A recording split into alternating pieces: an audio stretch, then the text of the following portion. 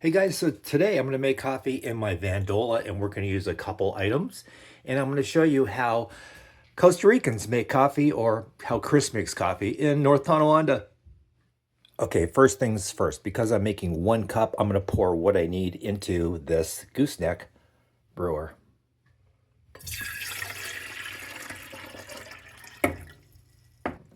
Next, we're going to put this on the element, turn it to high, and get it boiling. And in the meantime, we want to get our filter, put it into the Vandola, and add our coffee. So the chemex filter looks large and kind of basically fits into the Vandola just like that. Next, we're going to add some coffee. So with my favorite coffee, I'm going to get 4 scoops and place it into our filter.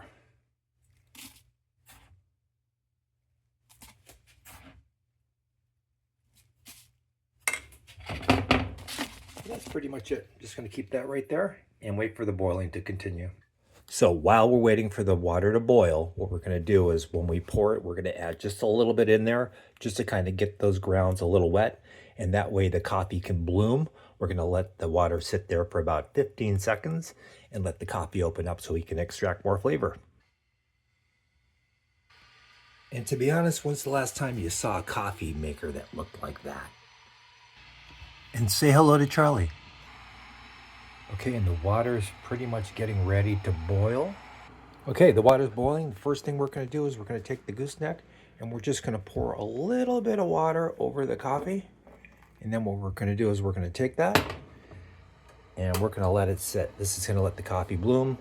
We're going to shut off the heat, but this is going to still keep the coffee boiling. It's going to just lose a little bit of water from the steam, not much, but it's going to keep it to that maximum temperature. So I've done a lot of research, and ideally you really want to prepare coffee where the water temperature is 105 degrees or more. Typically for me, that's going to mean boiling. So we're going to go ahead and add some more water. And I kind of do it just incrementally. Again, I just have enough water inside this pot to fill my cup right there. And basically all I want to do is let all this converge, blend, and let the essence and flavor drip into the vessel there. And normally I can get it. So this is just going to take a couple of minutes. We're just going to wait for this to kind of go down, and then we'll pour our cup of coffee. But while we're waiting, you can just see the essence and just tell that a lot of really good things are going on right there. You can see the oils within the coffee beans. It's pretty neat. Okay, it looks like the coffee is slowly dripping into our vessel, and we are getting that much closer to pouring our cup of coffee. And I know what you're wondering, when is this going to end? Well, it's all worth it, guys. This is how you properly prepare a single cup of coffee. And as you get to the bottom, you can see the final remnants of water filtering through the coffee and into the vessel. Make sure we have no more drip. There you go. The coffee is getting ready to be poured. So let's go ahead and just transfer. And what's really nice about the Vandola is that you normally warm it up before with some hot water, but it keeps the coffee nice and warm. And we're just pouring in there. And that's pretty much exactly what I wanted. I didn't lose anything.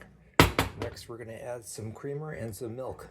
So for me, it's 1 teaspoon of Splenda and some French vanilla creamer. And just go ahead and stir all that up.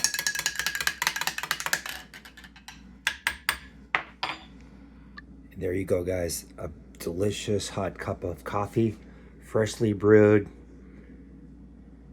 Enjoy.